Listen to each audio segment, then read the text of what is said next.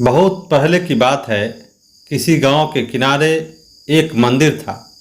उस मंदिर में एक साधु रहता था। इसी गांव में एक कबाड़ी चोर भी रहता था। चोर जवानी के उभार पर था और साधु जवानी के उतार पर। चोर खाते पीते घर के बाप का बेटा था। स्वभाव से चोर हो गया तो जिंदगी भी चोर की ही तरह घसीटनी पड़ रही थी।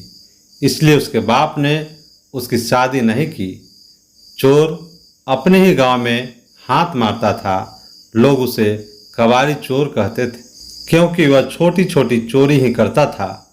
उसके चोरी करने से लोगों को हानि कम और दुख अधिक होता था, और चोर को लाभ कुछ नहीं, परेशानी दुनिया भर की।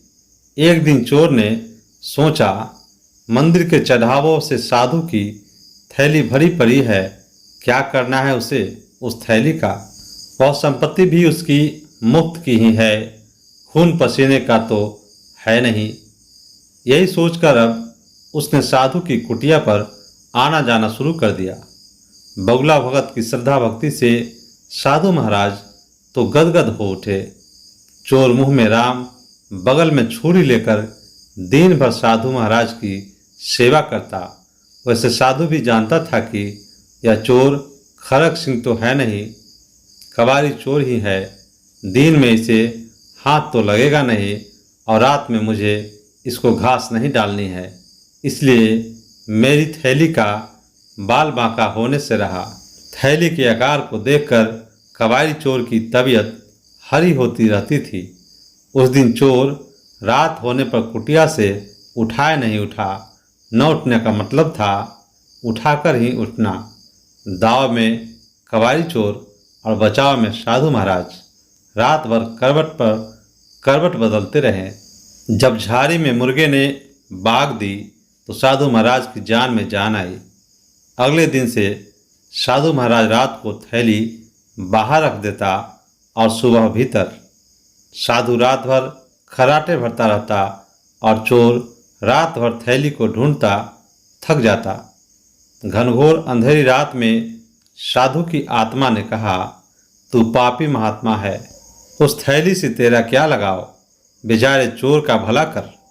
उसी रात चोर की आत्मा ने भी कहा, 2 आँख, 2 हाथ, 2 पैर, 6 संपत्ति भगवान ने तुझे दे रखी है, तो उनका दुरुपयोग मत कर। चोरी के चक्कर में पड़कर जिंदगी को गंवा रहा है। चोरी से तौबा करने वाला क्या नहीं कर सकता।